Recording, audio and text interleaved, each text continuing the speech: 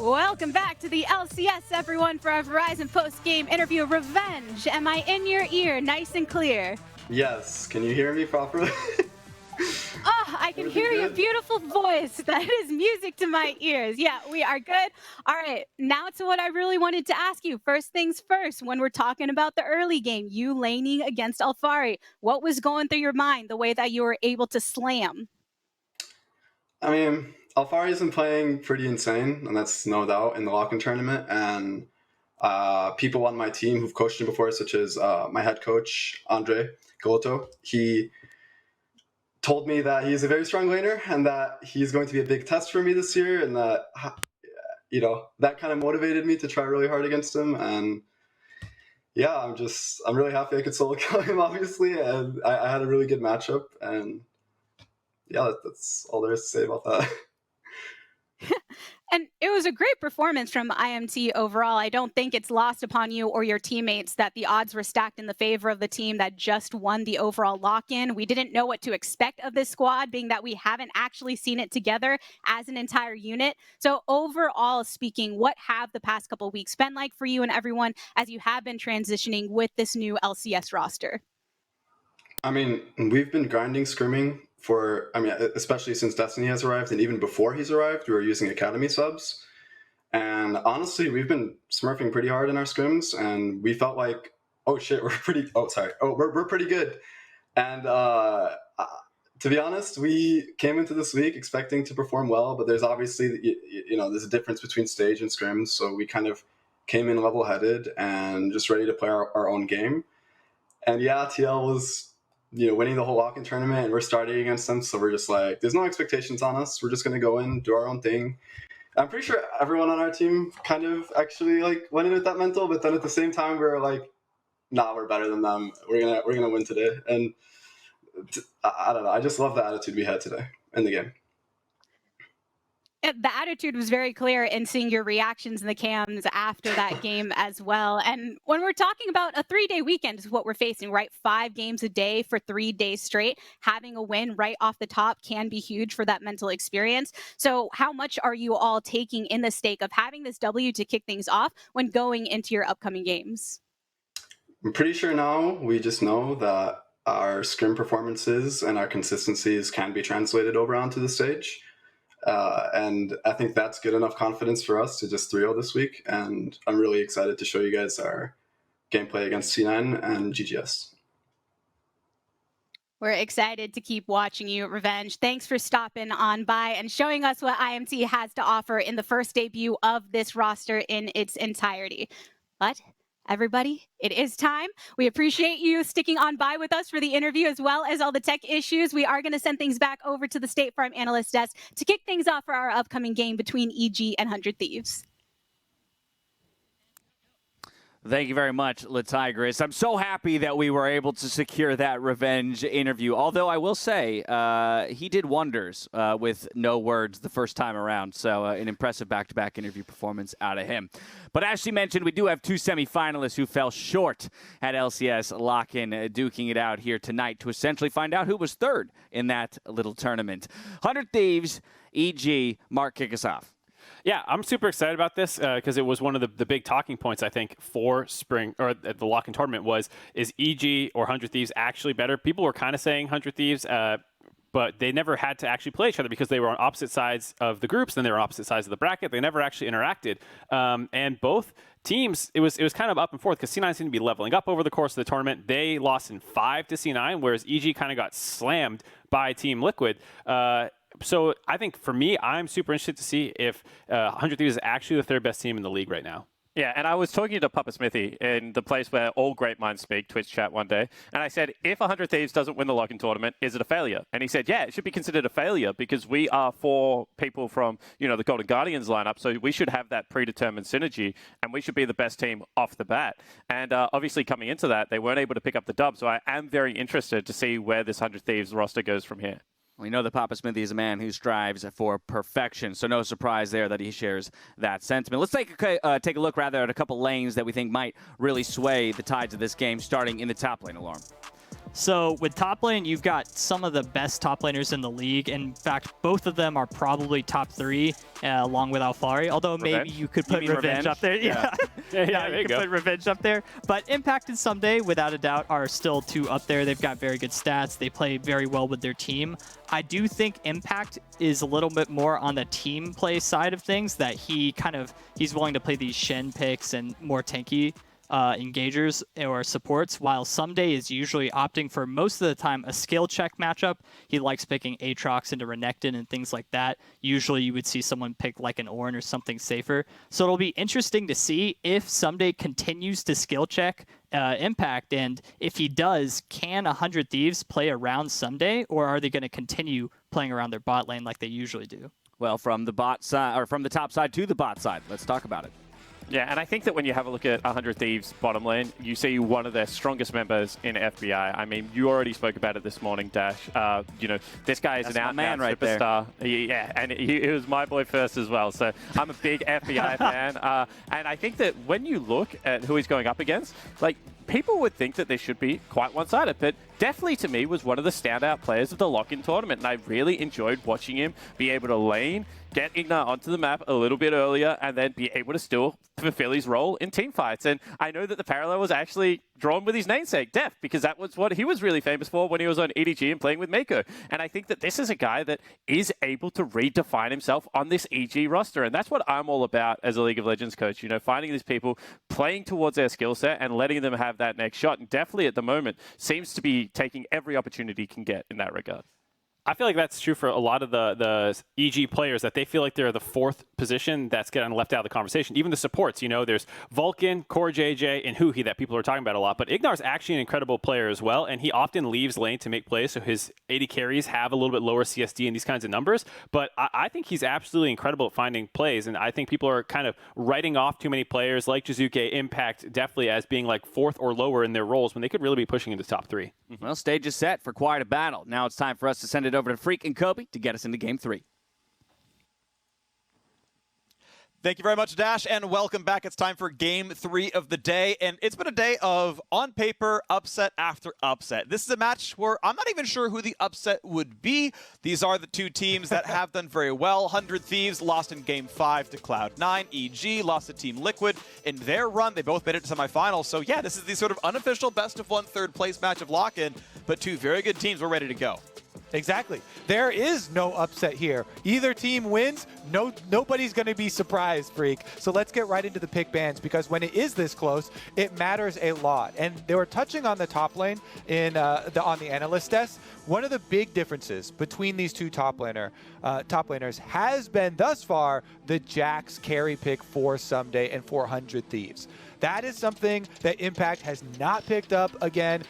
Even though he has a world's winning skin on the champion, we haven't actually seen him play it and actually seen him carry top side, except on the Renekton. So that's the one I'm still looking at here for the ban phase. There it is. Okay, good. They go for the Renekton instead of continuing to whittle down on the jungle. Good job, Tony. I think he's focusing in the right places here versus Evil Geniuses, even though it does leave open a plethora of jungle options. All right, and one of those is Olaf right now, arguably not even nerfed in 11.2, gave him more lifesteal, slightly less overall healing, and it was just fine. And as they let time tick down, they'll decide if Svenskern's going to take it after all. Yeah. Of course, yes, we had a couple of jungle bans, and okay, switches over to Udyr, obviously also a stellar performer. Yeah, like we said, plethora of options here for jungle position. You kind of want to determine, do you need engage? Can you go with AP carry like Lilia or something? What are your solo laners going to be to try and play off of? What type of jungle champion you're choosing here? Udyr is a good all-around pick. Does AP damage, but it's mostly tanky, mostly good frontline, mostly engage, neutral objectives, and power clearing, playing really well off winning lanes. As far as your Olaf thing, I would say definitely this patch, no sweat off his back. Next patch, 11.3, that's when you drop it like a rock. They cleaved off a bunch of his HP. That one really hurts, so he's just fine for now in the LCS until we get the live patch. Camille Orianna, though, great combination. We saw it already in the last game, or already today, excuse me. But, obviously, Hextech Ultimatum into Shockwave is always great. Two champion pairing. And Signal's a lot of options too, because you can team fight with that and you can split push with the Camille. So I know in game 1 of the day, Seraphine Rel was kind of the talk of the town with the FlyQuest win, but these teams are letting those champs go through. It is not highly prized here for EG or 100 Thieves. It mostly went through in the previous game there as well with Team Liquid and Immortals. So instead, we've got Gnar grabbed as our answer to Camille. That can be a tough one for Impact. Camille's all-in is really, really strong, but there is gameplay, especially with Mega Gnar down there. And Jizuke, his Zoe has been great. He knows he's into Orianna down there in mid. And as time ticks down, I wouldn't be surprised to see Zoe locked in.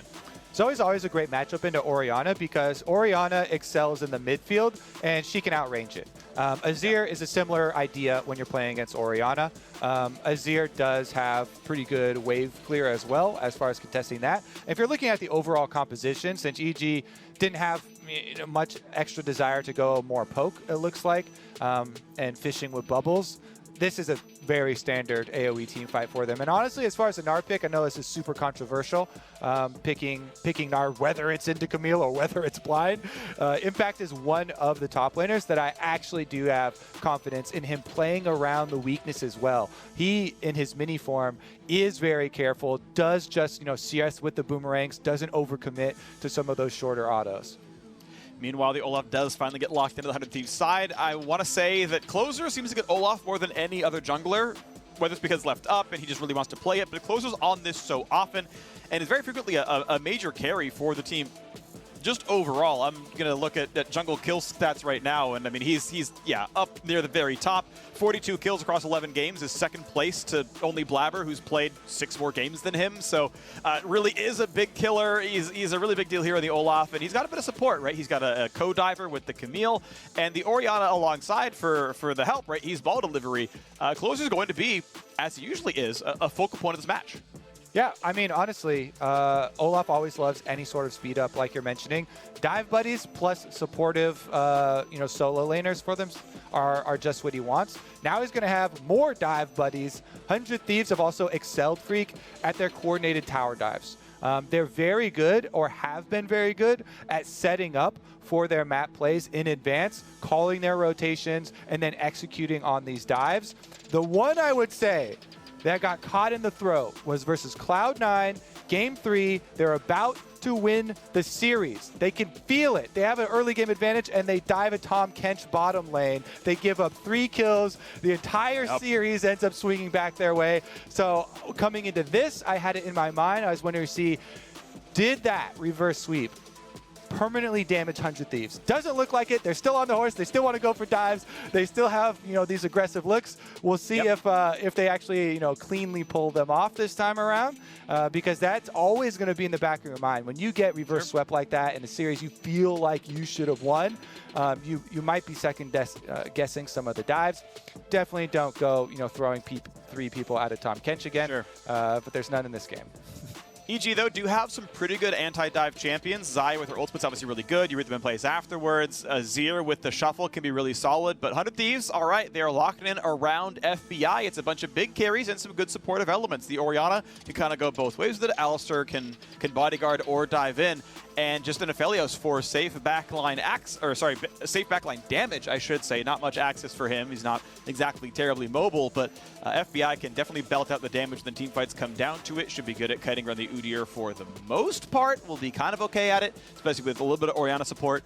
But will be fun to watch for. EG, certainly a very dynamic team here as well. We know with the high move speed Udyr, he can set things up. The Azir shuffles, the Rakan engages. Both these teams can certainly find themselves starting the team fight. And I think both Aphelios and Xayah have very good consistent damage to back things up. Yeah, I actually really like the Xayah point because this is always a champion that I'm looking at, even in times where she's not in the meta at all. Her counter dive is so good. That ultimate alone saving you from so many spots.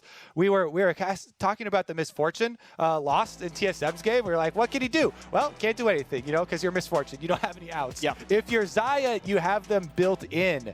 And the Camille is on the Rift once again. So good adaptation there. We saw how the Camille destroys immobile carries in that opening game of the day. Definitely going to be more difficult this time around. You can obviously still do do it against Azir or Xayah. It's just that I really like your point about the self-peel for both those champions for the back line does make you more confident in these 5-on-5s when you're facing stuff like Camille, Olaf, Alistar.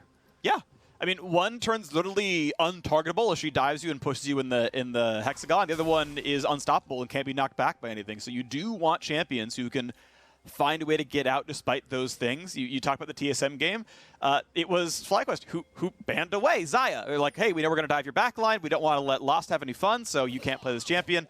And Deathly is like, well, you didn't ban me out, so I'm going to go for that champ, the anti-dive. We're going to be there, and we'll see if he can survive these plays indeed. 100 Thieves are going for some cheeky plays top side. Shouldn't mean much. Impact has no reason to go back into that brush. But it can also mean they can look for the 130, engage to top side, go take a blue buff, and force vertical jungling. As you see a defensive ward from Huhi, actually it's from FBI, is going to spot out when Svenskeren goes for his own blue take. But we are going to have some vertical jungling here. Exactly. It's so coordinated from 100 Thieves. And this is something that when it was announced, you know, Huhi and the rest of Golden Guardians are joining up with Zix, Tony, on 100 Thieves, I was really excited because those were some of the times in the LCS, that old CLG with Zix and Huhi that had some of the craziest level ones, the craziest roam plays early on in games, coming in always with a preset plan. And this one is very simple. Topside, delayed invade for closer on Olaf, taking away power clearing versus another power clear jungle with a defensive ward on their own blue, as you pointed out, to see the reactions there from Svenskeren. Now, Svenskeren, thus far on Udyr, doesn't have any extra information. It's just doing the full red quadrant clear. And Olaf versus Udyr is basically a bodybuilding contest. Who gets more jacked more quickly? Because then you take over. Demonte trading heavily, though. Closer has gone over that ward. As you mentioned, the pings start to go down, and he's going to have to cross if he wants to defend and pull off the 3 quadrant here. Yeah. Not full cross, though. Nope. Yeah, Closer was not spotted until just then as he crossed the river. There was a ward. Ultimately, yeah, could have looked at maybe getting his own wolves or something and denying some of the farm, but mid is being pressured, bot is being pressured. Ignar's here to help make sure Svenskeren is safe as this is all taken down. They get a Scryer's Bloom to really make sure that looks safe as well. They check Tribush, they see Alistar. The Closer is going to show up anyway, but now he's going to get spotted by Svenskeren. Why did you wait this long to make the play? They're going to battle out. Huhi's nearby, Ignar there as well, but here comes the CC. Headbutt, pulverize. It's not gonna be enough. Closer comes in way too late, doesn't have an axe, and insta away first blood. Oh, that was rough. I really thought they had this whole thing set up, but stopping over. Okay, so this one, he throws the axe for vision. It doesn't hit. You can't pick it up, so there's no way you can actually win this fight. If Olaf doesn't have axes, then he can't actually take Udyr, and then once the cooldown comes back, it's too late. Huhi comes in, he flashes to try and get the knock-up combo for Closer, but without that extra damage at the beginning, with the accident in the ground there, it's going to be a huge swing. And guess what? Bodybuilding contest, Svenskeren's already flexing. Swole bro rose up. Yep, he's got 3 buffs so far in this game. The red goes over to Closers, he clears out his topside jungle, and well, he's already lost both Scuttles, he's already lost First Blood. This is obviously looking way better for the Udyr, and in fact, Impact looks pretty good. He did have to lose Flash. The Someday Closer combo went well against him, and a flashless Gnar can certainly be a repeat target, so stay tuned for this one. Worth noting, though, the bot side jungle for Closer is still up. Wolves and Gromp still available, and if he wants any farm at all, he has to go to that side after this Krugs are gone. Yeah, Huhi goes for the engage. Nice play, though. Overall, Ignar played that one nicely. Right, CC the Aphelios, then go back to Deathly. There's never going to be enough damage to do anything, so that was nicely done. Nice try by Huhi. Doesn't mean much, though. All right, back to the jungle, though. The other big problem with that play is that it delays, and you're playing for this timing window where a triple quadrant control of the jungle early on can really delay your opponent, but only if you're able to deny them that extra 30 seconds while they have no camps to farm. But camps are only 2 minutes to respawn, so if you have that skirmish in the jungle, you go down in the 1v1, you give over the kill, it actually doesn't matter at all because Svenskeren still gets to go refarm his top side. Now you can gank Demonte. Svenskeren's right here in front of you, and the second time in a row, Svenskeren has a kill donated right in his lap. Svenskeren's 2-0. Swole Bros really rising up. It is going to be an objective here for 100 Thieves, though, as Closer is able to take down the Dragon during the mid-kill. Flash traded for Flash. That actually might, come to something later, but we just got a very nice level lead now here for Svenskeren. Despite not having Flash, he should be able to bully. I was going to say, though, with the short respawns of camps, if, again, something happens like that and your early game goes haywire, then the camps you counter jungle just respawn anyways, and they're just going to be higher level there for Gromp and Wolves. And Svenskeren got to pick up right where he left off. That's why he had jumped out to that level lead over Closer. I do like the early Dragon, though, for 100 Thieves. Let's see if they have bottom lane control as well. Good headbutt pulverize. Couldn't get the root in time to deny. Ignar from the dash backwards, but still some good damage onto Rakan. Be careful, though, as Svenskeren's on the way over. A good ward sees that. 100 Thieves should be safe. Sweeper comes out, gets 10 gold, but now 100 Thieves know, okay, Udyr's bot side, have to be careful, cannot overextend for this one, as Ignar can always flash W to set it up. FBI gonna feel safe, has flash and heal himself. Demonte fighting a ward, Jizuke helping though, and Svenskeren's gonna get another scuttle in a row. So a lot of control around Vision right now. Even Ignar gets to heal back up thanks to some honey fruit. And EG gonna feel pretty comfortable down here on the bottom side. X-Flash attempt towards Deftly, good flash away. Now the re-engage is so much damage. Huhi is ignited and Huhi is down. What a beautiful play out of Ignar. Oh, open your eyes, Freak. It's actually Deft on your screen. Flashes the combo without any effort at all. Pulls back the blades, punishes Huhi. Oh my goodness, this EG bottom lane has been one that has shown up. And okay, Closer's gonna try and reap the rewards. No flash on Deftly. It's gotta be Deftly. It cannot easily be the Rakan. Ignar wants to bait them, says, hey, go for me, look at me, please hit me. I'll just jump back to my team. And it's just not enough. Deftly wasn't slowed, and there's too much threat back on a FBI with the wave there. So no dive, good disengage. EG 2,000 gold up, winning basically everywhere. This bottom lane, I just want to talk a little bit more about the EG bottom lane because it has been one of the super pleasant surprises of this year. EG coming together and having such a strong showing in lock-in was in no small part due to both of these players. Definitely playing a lot better than people thought. Ignar still getting off a lot of good roams while also laning nicely with them. That being said, currently not a great look getting fully zoned off the tower as FBI takes down turret plate after turret plate here on the Aphelios. They're worried about the dive. And he's got no flash, and he had not had access to his level 6 until rejoining this wave and getting his experience there. There we go. Walks up, gets the plate. Nice job, FBI. Felt safe that Ignar and definitely weren't going to go in on him, although, I don't know, could have been a possibility. He's on just Doran's blade. Ignar had flash, but with the bodyguard of Huhi, no play to be had. Gets the second plate. So that is a nice moment there for 100 Thieves. Keeps the game within 1,600. They've still got that first Drake to the name as well. Now Closer wants to battle. That is a good smite, but can he claim the rest of it? As Impact will go back to Mininar, gets a stun, gets a lot of damage off, but now Someday has to walk away, but well played to Closer. Now the re-engage. Mininar very, very squishy. Someday gets good damage, gets the backflip, but now be careful, TPs are coming in. Can he survive? Jizuke goes for the big shuffle, puts him right back in. Svenskeren, hello! Finds the next one on the board and now wants to re-engage towards Closer. Pops his own ult, goes back for the play. Huhi does not find the knock-up though, and has to kite away. Good job by Svenskeren to turn around, not get pulverized.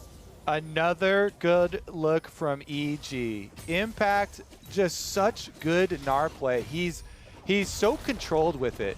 The last remnants of his Mega used very effectively here. They're actually deciding if they want to go for this. Burst the Alistar?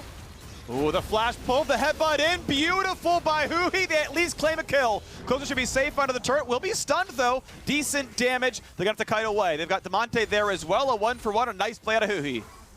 Yeah, I mean, he does go for it, and they trade 1-for-1. This whole time, though, the story, FBI getting another turret plate bottom, while mid lane, Deftly and Ignar rotated up there, but are not sticking around to try and knock a plate off of their own. So a little bit of gold back the other way. And remember, the reason they gave up the initial plates on bottom side is because Svenskeren was top side. They were committing to this Rift Herald play. Closer stealing it was huge for 100 Thieves. It's this where it all starts to go wrong for them. Impact, he stunned out Someday, and then he just outranged the stun himself from the hook shot from Someday, which meant that Someday had no answer when Jizuke teleports in. And that was just really well-coordinated play. So again, Svenskeren, as you know, then gets out the double ultimates. But Impact talked about in his interview with Travis how this team trusts him more, respects him more for these calls, and will spend resources for the top side. Jizuke will teleport up there for you, despite giving up a wave, because it does mean a lot for the team. Knocked up, headbutt, then pulverizes good damage, and this is the Herald summon you want to see. That turret is always going to die. EG cannot defend it. First turret of the game will go to 100 Thieves. FBI going to get a big share of it. You got to make sure Huhi walks away. Please don't take gold. Okay, Huhi walked in to get a share. I assume that was intentional. I disagree with it, but it's what he went for. 357 onto him. Could have been a lot less, but it also means second Drake is still a possibility after the charge. Well played macro by 100 Thieves. They get the gold close, and Drake 2-0 would be outstanding, but they got to be careful because Svensker and Jizuke are on the move. And the main thing, teleport advantage for Impact.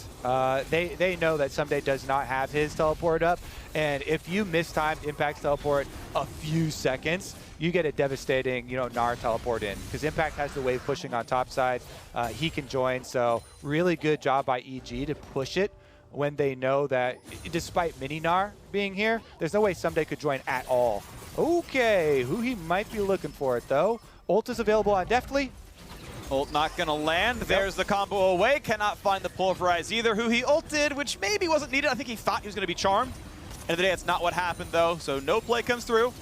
And out we go. Ult for a couple of ults. He actually, to be fair, he did get charmed, but the pulverize didn't do anything. Jizuke, meanwhile, ulted someone in mid. That didn't turn into anything either. Out we go. And more good timing here with the ultimate there for Deftly, as we said. Still has both summoners available too, despite 100 Thieves just overpowering bottom side and getting the gold lead. But here we go. Someday wants to punish Svenskeren. Svenskeren does have flash. Shotgun pulls him right back in. Finally does burn the flash over the wall. Out he goes. Runs fast enough that he'll make it away. Ulti in from Gnar is good damage. And Somebody's got to be careful. Somebody's running out of health. Someday can be chased down by Impact. I mean, one auto would have killed him. Impact would have died, sure, but nearly killed. Someday walks away. Yeah, I actually like it from Impact. The restraint here. Does not want to give up so much pressure on top side, going for that trade kill on Someday. Does not want to overextend. All 100 Thieves players up towards the top half of the map. And now he gets to do this. He waits in position for the flank that we just saw in the previous game. Headbutt, pulverize, FBI's around. Ignar's here, though, going to find the knockup. Now has to flash away from it. The charm's still down from Huhi's earlier play. Then it means Impact gets back to safety. Yep, good play here to get out a very key cooldown. Aphelios, big one weakness, doesn't have flash now, so that's going to be where EG try and focus. Meanwhile, the Xayah obviously always gets to save flash in those similar instances, just popping the lower cooldown ultimate. With this swap, though, on bottom side, it's going to be a late answer. Since Impact stayed up in that brush for the brush play to get this flash out off the Aphelios, he let Someday hard push on bottom side with a big timing advantage. And he's going to get that all the way to the wave. And now, since Someday does have his teleport available, your timing on bottom side with this wave pushed all the way up does mean something. That Camille can go make a play. Even without ultimate, Hookshot is really good at catching people. Might have to escape with it, though. Yep, and does just walk away cleanly enough.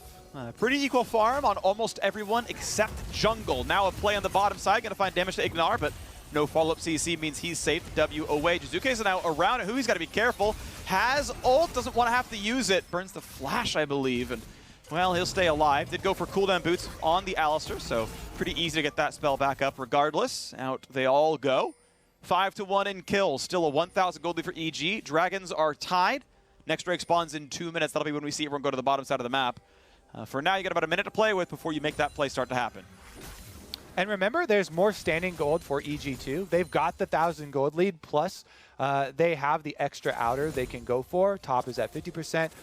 Bottom was mostly full, though. They haven't done a lot of turret plate damage. Rift Rail definitely going to be a useful tool to try and get that standing gold. Try and get that extra territory back for themselves as well. And this should be their answer. I don't think Closer gets to steal this one also. Yeah, he's going to go away. I was like, maybe axe over the wall. No, not going to happen, because they left the control ward up, right? They left it in vision. You know, theoretically could have gone for the greed, but a smite comes down well timed. Svenskeren was never going to lose that to an Olaf axe based on smite timing, so well played. Knew it was in vision, didn't take the risk. We'll probably see them knock down an extra turret before too long. Top going to be pushed in. Someday still splitting in the bot side. And with Triforce done, should feel comfortable against Impact. Yeah, definitely in the 1v1. Feels very comfortable. Impact, as you know, very good at playing these sorts of situations, though. These sorts of weak side opportunities are kind of what he's made his name on. And we'll see if... You can usually tell by if he actually just expends full rage, charges it up, goes for the wave clear, or tries to hold on to it, looking for one of those teleport opportunities. Jizuke in mid lane should be very, very comfortable, though. He's got flash. Plus, he is a Zir, so can easily slide himself right back out. All right, once again, sweeping away the wards. Dragons in 25 seconds, and 100 Thieves are first to the play. Sure, there's no wards, 100 Thieves are guaranteed that. And they found a flank onto Impact, a flash burn. When does Impact jump away? He's holding on to the ultimate if he can do so. Finally pops it down, and there's no way out for Impact. Closer. Ooh, good play by Impact. Still going to be shut down. Re-engage. 3, 2, 1. When's the double come across? It could be right now. They find kill number 1. They're going to find kill number 2. The re-engage for EG was perfect. And the team has his back again. Impact tries to fight his way out. Double flash is blown to get the kill, and they still lose out the extra 1. EG are going to get the extra outer tower here, and that is just going to inflate this gold lead. On top of that, Dragon number 3. Oh, Ignar might actually get caught. Headbutt pull, good damage. They get the root on FBI. Not going to be enough to shovel backwards by space, though, and Jizuke keeps the team safe. Oh, it's not going to quite land for FBI. Ignar walks away with his life. That range nerf freak a few patches ago for Aphelios actually means life or death right there for Ignar. Thank you, balanced team. Ignar appreciates it. Meanwhile, as we were saying, that Dragon easily picked up and they get the Scuttle too. But let's look at it again. Impact. He gets flashed on for the stun. He's kiting away into the brush, but then this is really good. The timing on this. Just hop flash, even though Closer also flashes.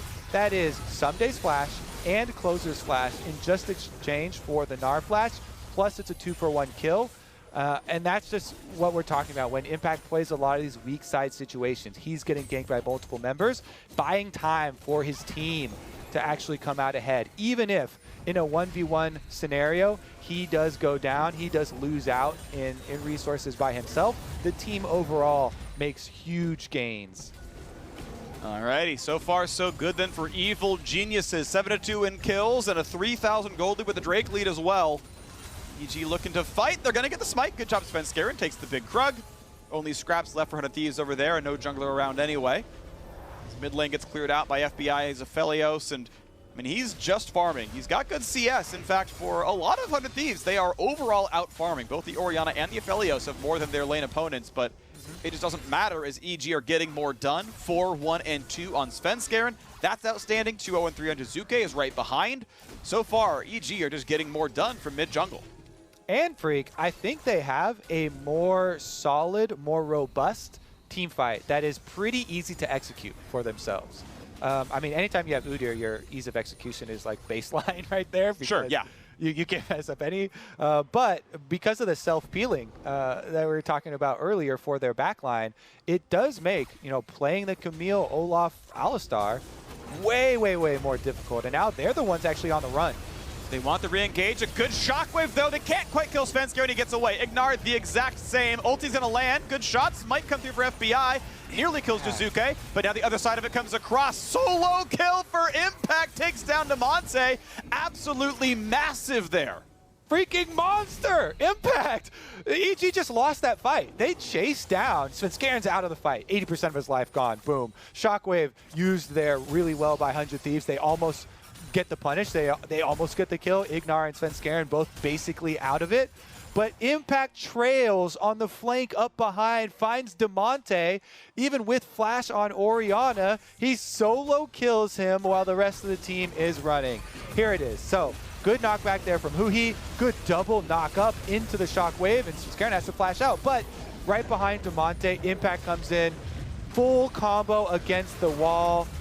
Knocks him through. They get the kill as well. Actually ridiculous there from Impact. You know, I hear Reddit complaining about how Camille is busted because just so much damage. Impact did that on Gnar. Can we just complain about all top laners, or, you know, maybe, you know, mid laners should, you know, find defense somewhere in the kit? I don't know. Just look at the stats, Freak. There's a goose egg on the Camille. He's been nerfed immediately. Someday she will, I'm sure. But this game, yeah. This is already look at post-nerf Camille. Just does 0 damage. So, one day we'll all get out of gold. Look at that. Listen to feedback. Player focus, Freak. Oh, you want Camille nerfed? Boom. Instantly 0 damage in the next There you go. It happened. We did it. We did it. Honestly, though, we were talking about how the job, is fairly difficult for the 100 Thieves divers. So maybe they're actually going to have to focus on trying to kill frontline here. You have an Aphelios and Orianna. Oh, here we go, though. Olaf gets chased out. No cooldowns for him. Ult forced out. The base is still falling away to Monte. He's getting chased down. Has to flash over the wall. Udyr definitely runs fast with Turbo Chem Tank plus Dead Man's Plate. And yes, indeed, Demonte flashed to stay alive. Maybe could have gone for the Shockwave instead of having to flash and just peel him away a little bit longer. End of the day, though, isn't going to matter. We've got some more mid lane clear, and guess what? Next Dragon's in 45 seconds. Someday can split push. He does have a level lead on Impact. Will knock on the turret, but he's already down pretty low. Gonna force in the TP from his teammates, find a bit of backflip damage, and here comes the rest of the squad. The flash for Impact. And of course, flashless, he's gonna get away. Nice Shockwave, and no! You gotta be kidding me! He keeps getting away with it. Demonte's gonna drop. What a collapse for EG. I actually thought he was going to live, but the last little auto gets off. He ends up going down. Still with him going down, though, 100 Thieves bleeding out 2 kills in the attempt, plus the flash and teleport used. Now it means EG can use this timer. No solo laners on 100 Thieves, and the dragon is on the rift. Svenskeren can walk over. 100 Thieves are going to be facing Soul Point versus an easier team fight for EG, and they can't gain ground in the split push either. Someday, now no flash on Camille. Wow, they actually pull off of it. Someday has teleport, Impact doesn't, so they can force more or less a 4v5. It's not the worst ever, or 4v4 since Impact can't join, and that's enough to buy some time. The Orianna gonna clear mid, then walk down. Someday coming through the bottom lane. And we're basically at a 5-on-5. Rage either on his Gnar right now. Yeah. Still mini Gnar. That's not going to help. Up over the wall, the shuffle. The Monte's going to get a Shockwave, and they're going to get 1 kill picked up, but they're going to trade it back. It's a 4v4 right now, and there's nowhere for Impact to go. He was still mini Gnar the entire time and couldn't show up for anything but a death. So FBI, yep, he puts in the thumbs up. Deal with it. We're going to be happy there. 100 Thieves going to get back on the board. That is some questionable stuff going on, Freak. 20 minutes into the game, they don't burn the dragon. They then have Jizuke, point man, engage right over the wall into everybody, right into a shockwave.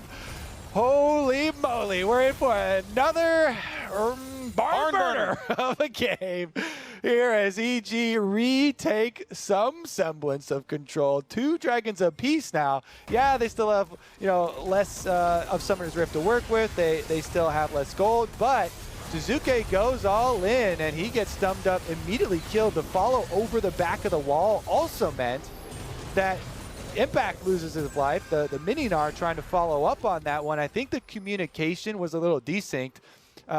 Not going without saying, by the way, I saw that on the bottom side where Aphelios just fights off 2 people to ensure a numbers advantage up in the jungle. FBI stands tall with the Inferno gun right there, fighting Deathly and Ignar, making sure that they can't join the fight.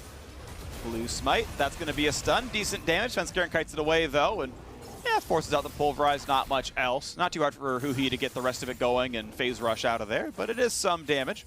That's not too hard to sustain back up on Svenskeren's side. Going towards his Force of Nature next, as you expect to do. Otherwise, just building on up. Huge fan of Stride Breaker on the Gnar. The extra dash, obviously very, very good for Mega Gnar big ults. That's going to be a nice one to look for down the line.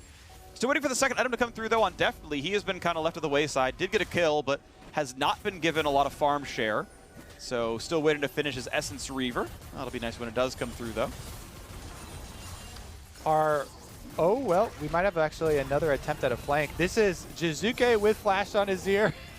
All right, he's going to take the safe route, not going for it. I was going to say, Freak, are barn burners exciting because of arson or because because of the barn starting it? No, just barns are exciting overall. So here we go. It's going to be a big ignite, bunch of damage. He's going to burn the stopwatch on a Someday. Impact jumps out to safety and will stay alive. Both top laners down to about 30%, but no kills.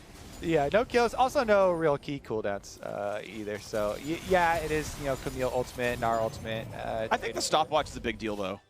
Oh, okay, They yeah. lost his only stopwatch. Yeah. Broken watch. There's no good watch repairman in Summoner's Rift, so that one is going to sting. 5 kills on the Udyr, though, for EG. Yes, they do still hold on to this nice gold lead, but it's not gonna do a whole lot with how they want to operate. Kobe, I gotta interject. It's too late now, but I don't care. You don't need a good watch. It's always Tanner time on 100 Thieves. Nice. He's there to tell you when it is. Well, they're actually gonna need it to be dinner time for the rest of this match, because despite the kerfuffle for Evil Geniuses by Blue Buff Dragon, Kobe, you're in luck though. That's when the watch broke. It was Tanner time when the watch broke, so he just looked at the wrist, and it's always Tanner time, baby. It was intentional. It was intentional. I see. I see. Well, he does have Flash available for the next one. We'll see what he can actually pull off here, because it is fairly difficult for an Orianna to avoid some of these engages if he does not have Flash. I mean, that's the one thing with this comp for 100 Thieves. You've got Orianna and you've got Aphelios. So your backline is constantly looking at these cooldowns, constantly trying to mark impact for possible flanks and Ignar for these flanks that he's known for. This is a guy that loves more than anyone, I believe, in the LCS to find his way around the back for a flank. Luckily for them, as cooldown dependent as Orianna and Aphelios are on their flashes, they have them both ready. Ooh, kite back. Ult's going to catch one, though. Is Ignar going to be killable? Headbutt Pulvers comes across. Oh, my word, he has been deleted. It is not hard to kill Squishy Shirelia's Reverie. Yeah, goodbye. That's a 1 kill, but he's going to be back in time for the Dragon. Rakan's defenses are in his mobility, and if you ultimate him by Camille, then he's not going to be able to get out, and you just have to burst him right down. Olaf ultimate here for 100 Thieves should be the disengage. Think they should be fine, as they also were pushing on bottom side, and Damonte can hold a Azir no problem. But big play by Impact. He forced Flash out of FBI, and honestly, a Flashless Aphelios is not a hard target to kill. We've got the Gnar and the Azir as pretty good sort of backline scoop champions, and so FBI may have to play this game very safely, knowing that he's just dead to an ult combo. Oh yeah, you want to keep that 0-0-0 looking good, Freak. If you're a Flashless Aphelios, I want to participate in these fights, but it's going to be hard. And you risk death at every step you take forward. That being said, they'd love to have FBI actually get some kill credit there. It's going to be difficult, though. We've talked so many times about the Azir's self-feel and EG just racking up these dragons. Soul point, 5 minutes and counting. Okay, well, top lane tier 2 not even going to be the play. We saw 100 Thieves send members to the left side jungle. They got a couple of wards down, but that was it. No pressure for top tier 2, not trying to get anything done as the actual trade. They got a trinket ward as their recompense for having to give away Dragon number 3. The Flash of Aphelios, I think a big part of that for sure. But ultimately, Evil Geniuses still the more comfortable team on the map, still getting whatever they want done. And look, we are 4.5 minutes away from a Cloud Soul for even more move speed to this Udyr. That's going to feel pretty good.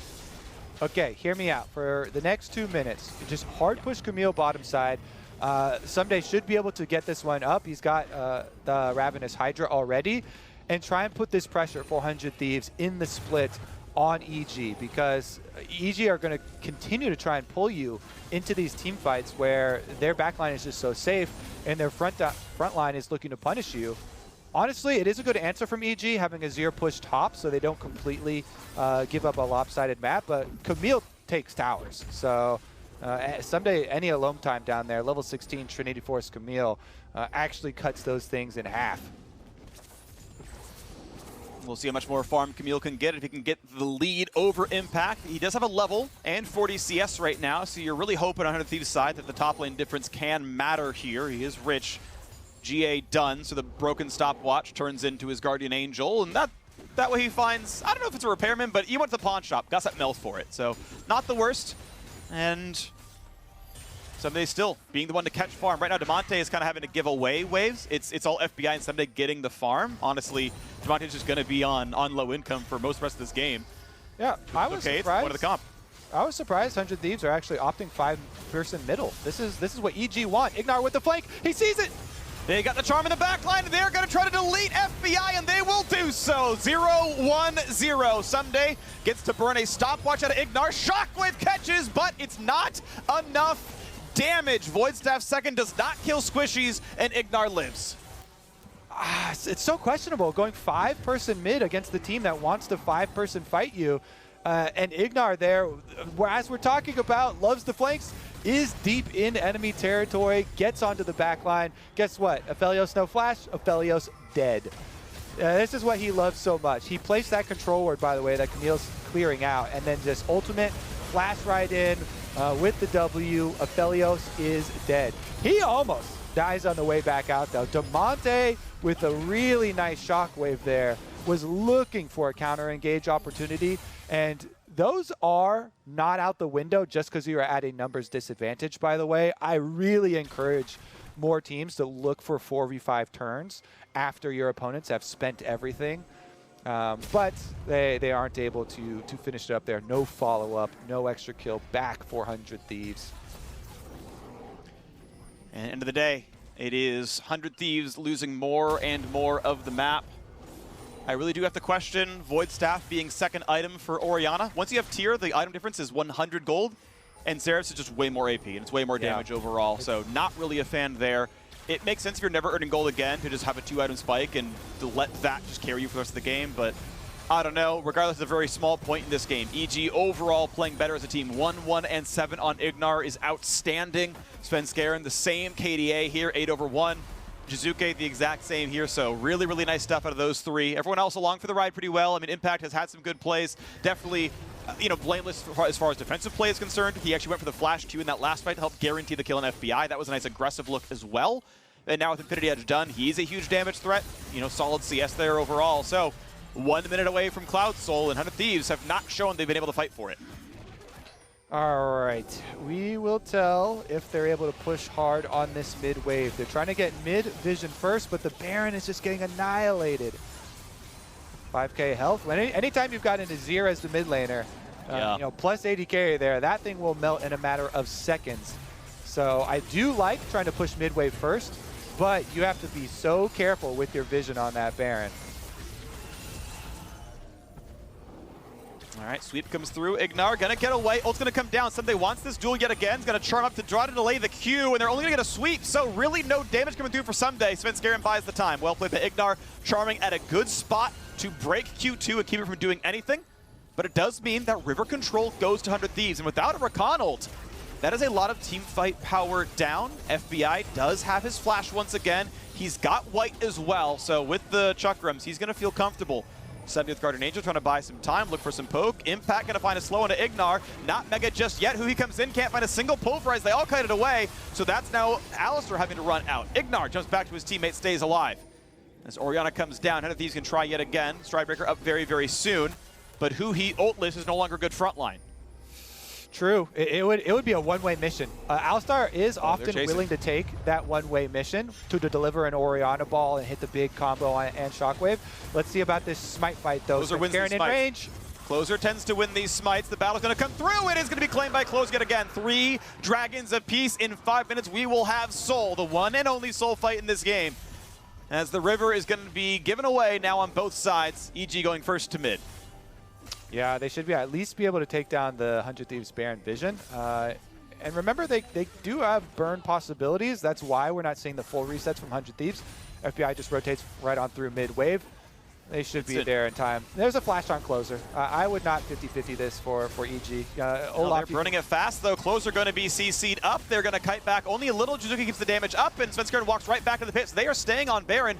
And finally saying, no, it is not enough. The cooldowns are available. We have to let this reset.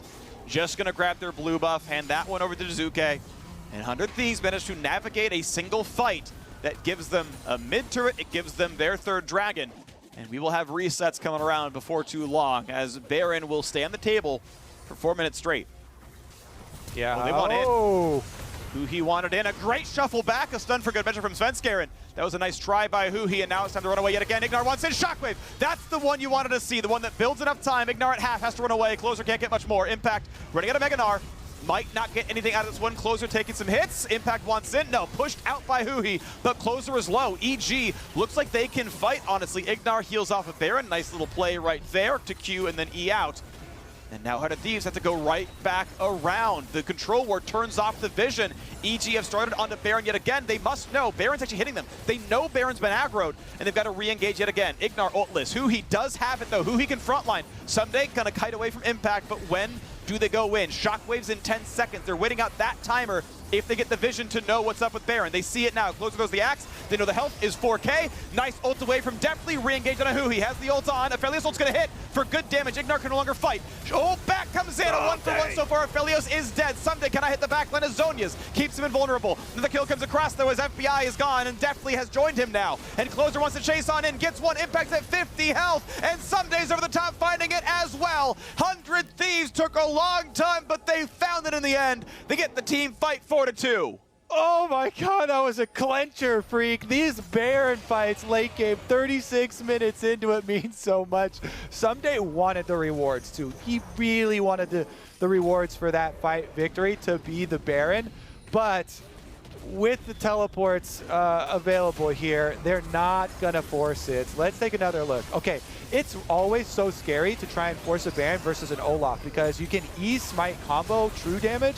You honestly should win all of those. So they go for the engage. Impact looked frontline, but so did Someday. He looked backline, jumps onto Zuke. He got the stopwatch plus the kill there as Demonte was able to power forward with the Orianna to finish it off.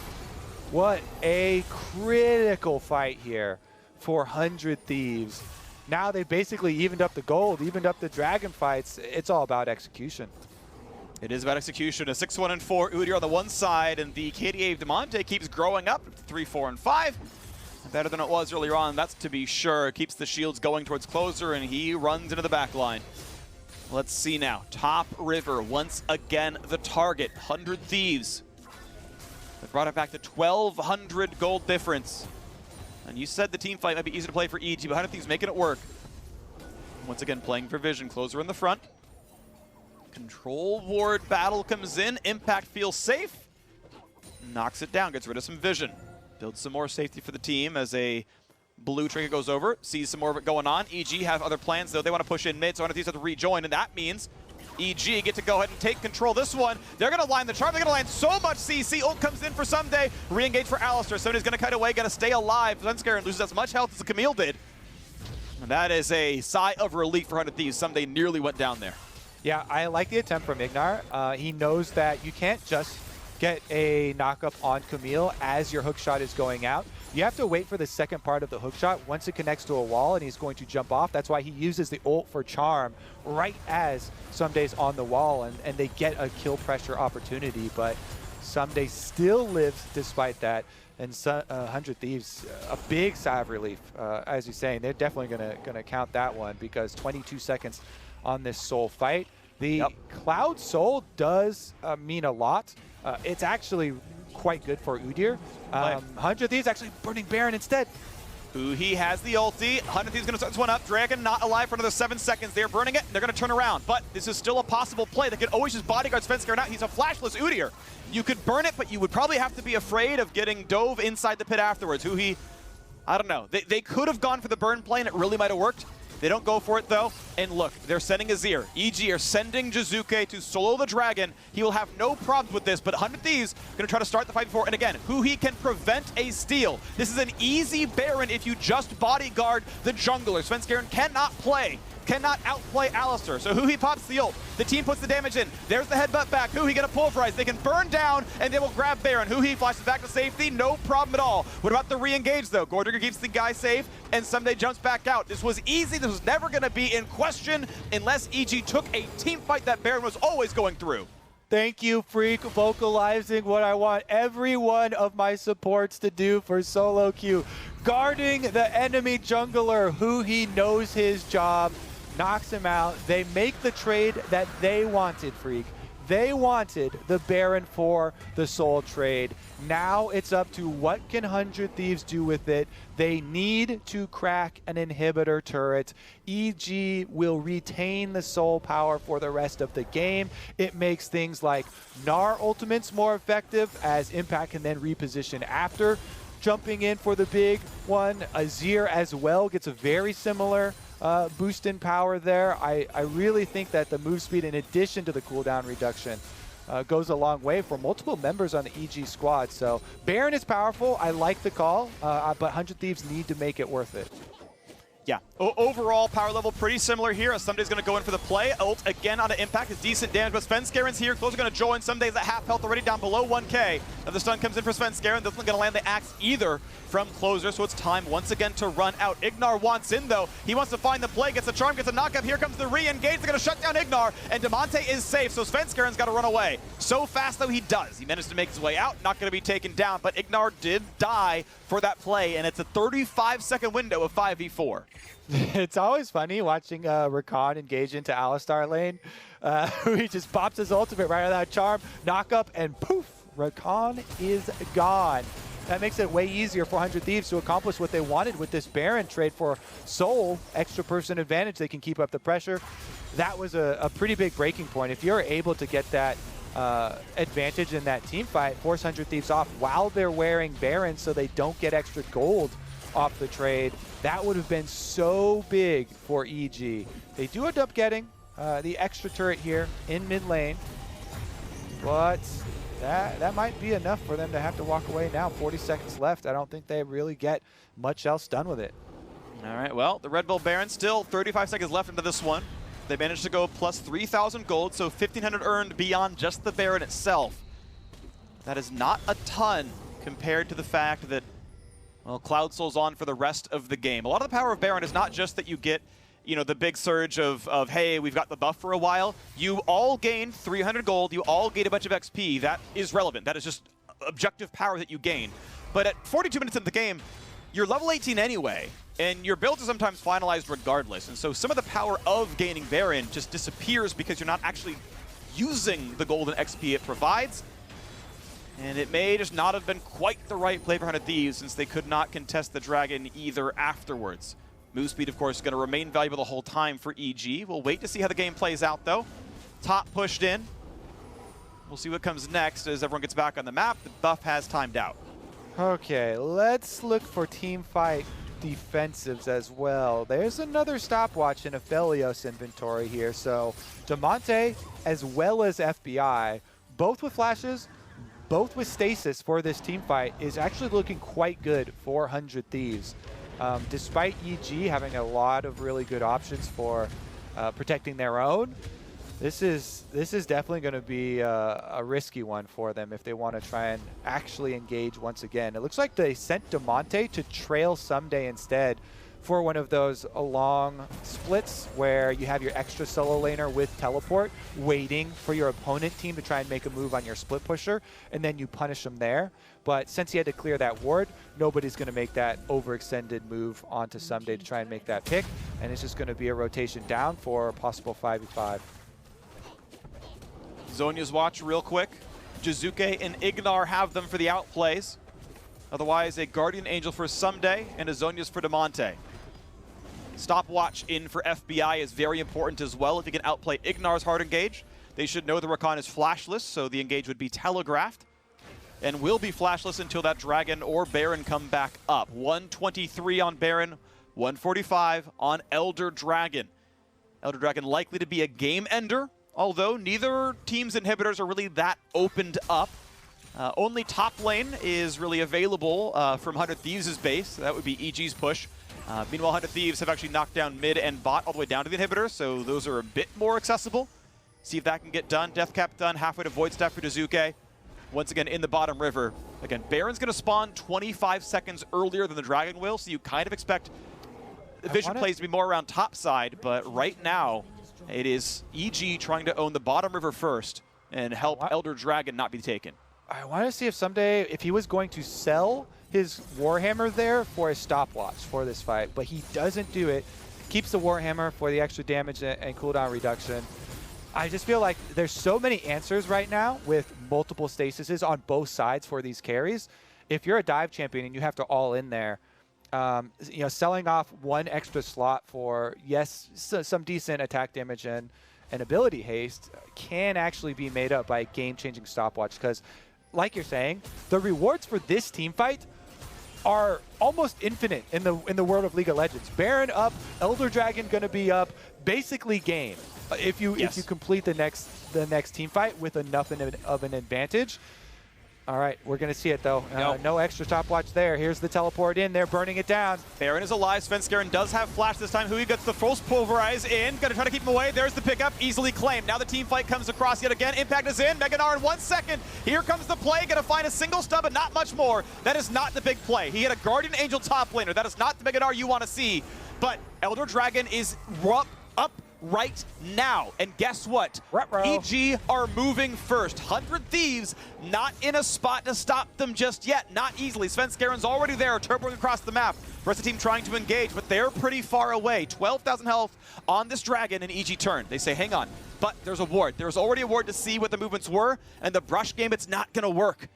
And so there's no trade for Elder Dragon. There's only a trade for map control. They're going to try right now. Charm is not going to land, and they just shut down the Rakan. Ignar could not find the engage. Shizuke can't get it either. Tanner gets 2, and they're going to find maybe Svenskeren for number 3. He will drop a triple kill for Orianna. It was Tanner time the whole way through. The clockwork ballerina makes it all happen. 15-15 in kills, and it's time to march for the base. Oh my goodness, when it all came down to it, Damonte and FBI just 100% Ignar on the initiation. And then FBI flashed that Azir wall like a pro. Jizuke tried to come in to follow up after the Rakan attempted to engage, and he's looking like a matador over there. FBI just jukes him, burns him down. 100 Thieves will take the victory here. Congratulations to the honorable mention for 3rd place for lock-in possible series. That was a hypothetical here. We've decided to run. Thank you, Freak. Absolutely beautiful stuff here. 100 Thieves, it was a tight one for a while, to be clear. There was a gold deficit. There were dragons being lost, but they came through in the end. They made it all happen. A lot of really, really clutch team fights. Whew. I mean, all you can really say is a big sigh of relief and take a long look back.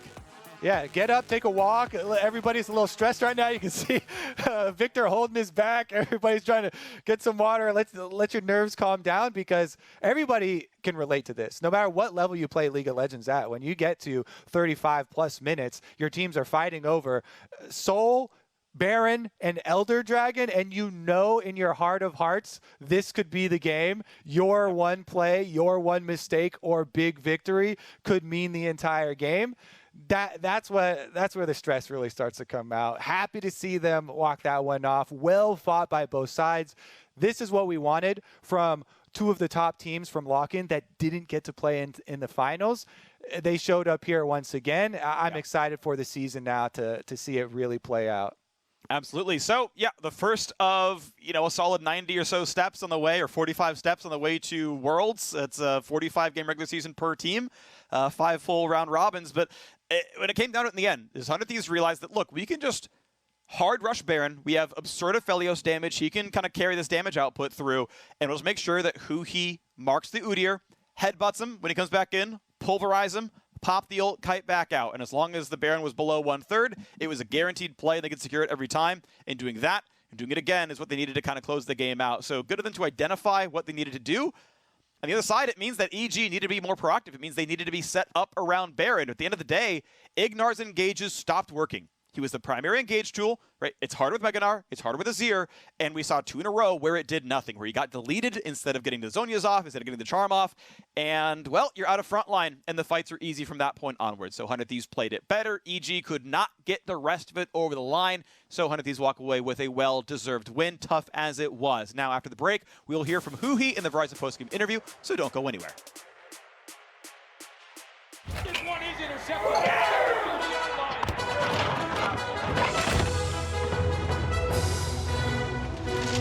Decorative towel. There was a mess. I wiped up a mess. Yeah, you... Where is the Never mind, I found it!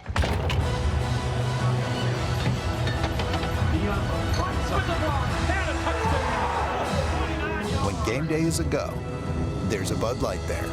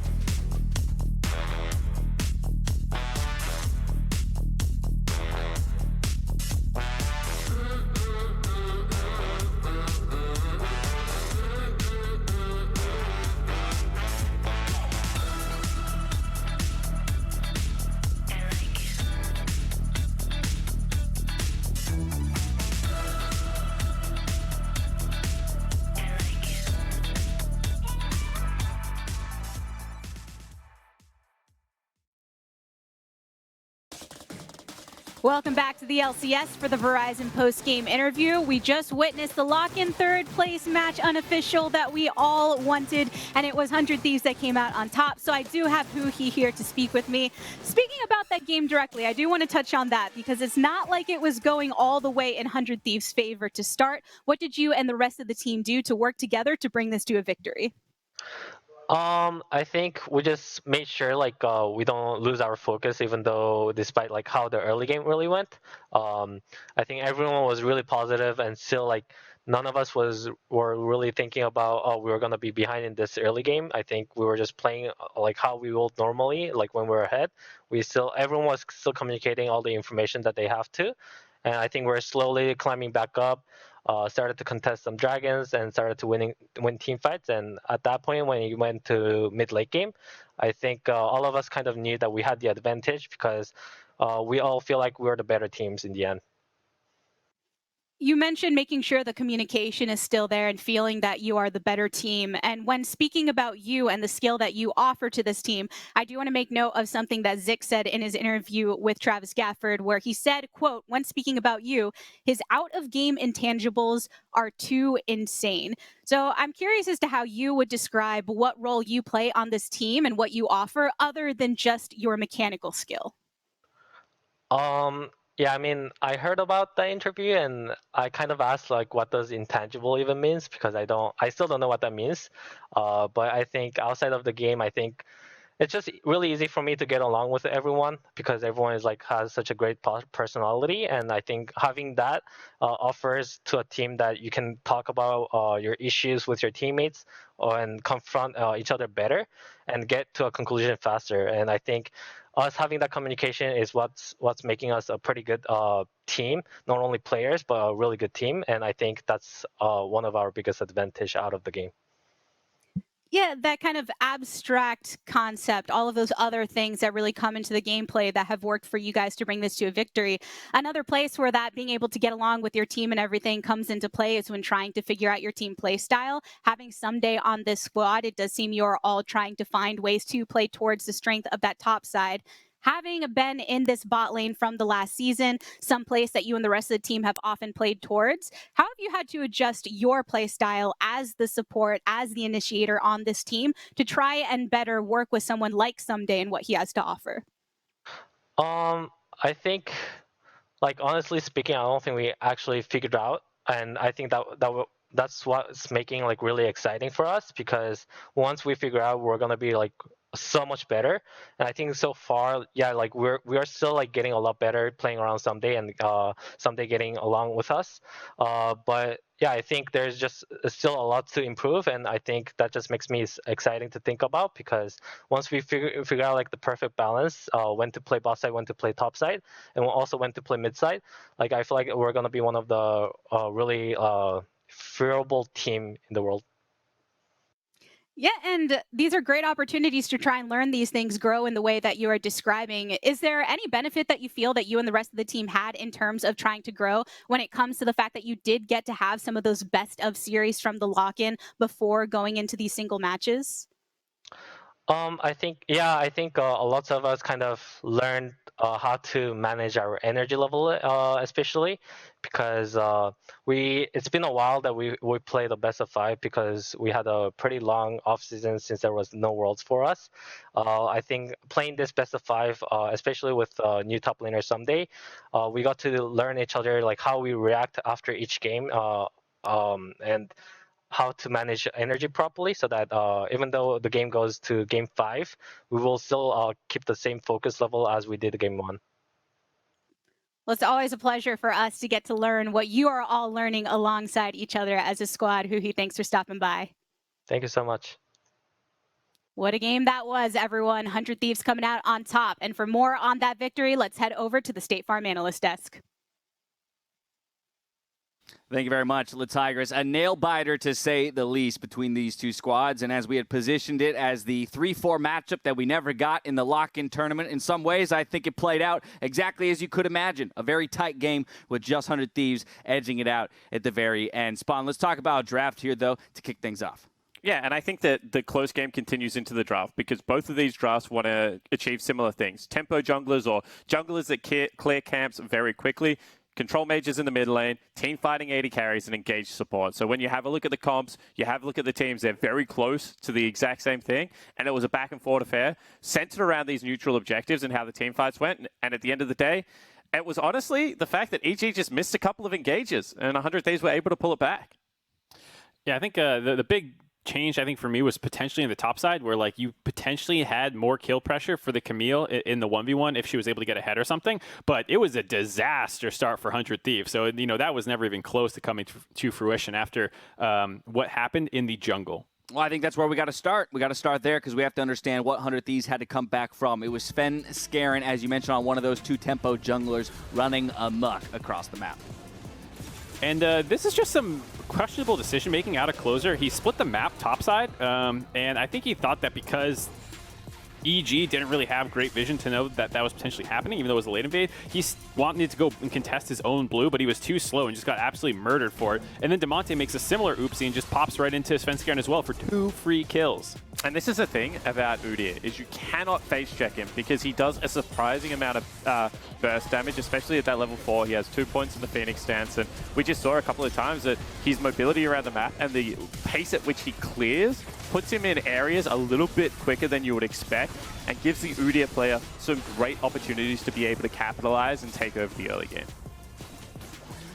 Yeah, I mean, actually, in fact, Closer was quick to tweet out after the match that he takes a lot of the credit for the comeback that had to be made because of that early pathing, saying that he actually had opportunities if he played it differently to maybe shut the Udyr out, but glad that the team rather had his back. I do want to roll forward, though, to much later in the game. This one dragged on for quite a bit, so Lorem, we're jumping all the way to 36 minutes, Baron River. Right, so this game, we didn't see like a lot of superb macro, really. I felt like I saw this same Baron dance multiple times in this game, and this was kind of the story of the game. Whoever happens to team fight better will win this game. And in this fight, we saw Camille did a lot of work. FBI got a big ult, but did end up dying to the Flash R to the Gnar. Although you've got Camille running amok in the back line. He's got Cho'Gath ult on a 3-second cooldown, doing all that fun damage that Camille does. And so over time, 100 Thieves just demonstrated they had a better team fight than EG, which could be understandable and a testament to the team being together for so long that their team fight mechanics are not maybe significantly better than other teams, but a step above. Yeah, and I think that a lot of it comes down to how they were positioning around the objectives. You heard Freak sing the praises of Huhi. When 100 Thieves were on the objective, Huhi was just playing keep away with the jungle position. When they were approaching the objective, they weren't over-eager on the engage, because a lot of the times, if you go first and you miss, there is so much damage in League of Legends right now that you can't survive the whiffed engage. And what we saw out of EG is that they didn't have the similar patience. At the Elder Dragon fight, they weren't willing to sit there and play the back and forward, play the keep away. Instead, they tried to flash, they tried to go for the big engage. Unfortunately, just one too many wasn't able to stick, and 100 Thieves steal this one, in my opinion. Yeah, and I love that point, Mark, because, while it might not look absurdly flashy, to run those two Baron plays back-to-back where you're just intelligently zoning out the opposing jungler, it's the easiest, and cleanest way to victory. So you love to see that out of the squad, that, as Lorem said, has the most inbuilt synergy and time on the Rift together. Yeah, and just cleaner execution as well. Like, Spawn was saying there, the whiffed engage gets popped for, and then FBI, super quick fingers, flashing the engage by Jizuke as well. And, Someday wasn't even there really for the fight, just kind of showed up at the end and snagged a kill. But you saw the two difference in engages. When Huhi went in at that Baron situation, he had forced the Xayah ult up in the air early in the team fight. And then when Someday went in the backside, he forced the stopwatch so the Azir stops DPSing because he has to worry about not dying. And here, it was just really good mechanics out of 100 Thieves to kite out the enemy team's engage so they still had their cooldowns when they needed them. Well, 100 Thieves pull it out in the last possible moment, starting their split off with a victory. Do have two more games coming at you before we close out the day, and we'll have Captain Flowers and Crumbs bringing you those casts right after this. We'll see you soon. I didn't order a pizza. I know, but that Parker promo saved me so much on my insurance. I brought you a little something special. Parker, State Farm offers everyone surprisingly great rates. You're the man, man. You want the real deal? Like a good neighbor, State Farm is there.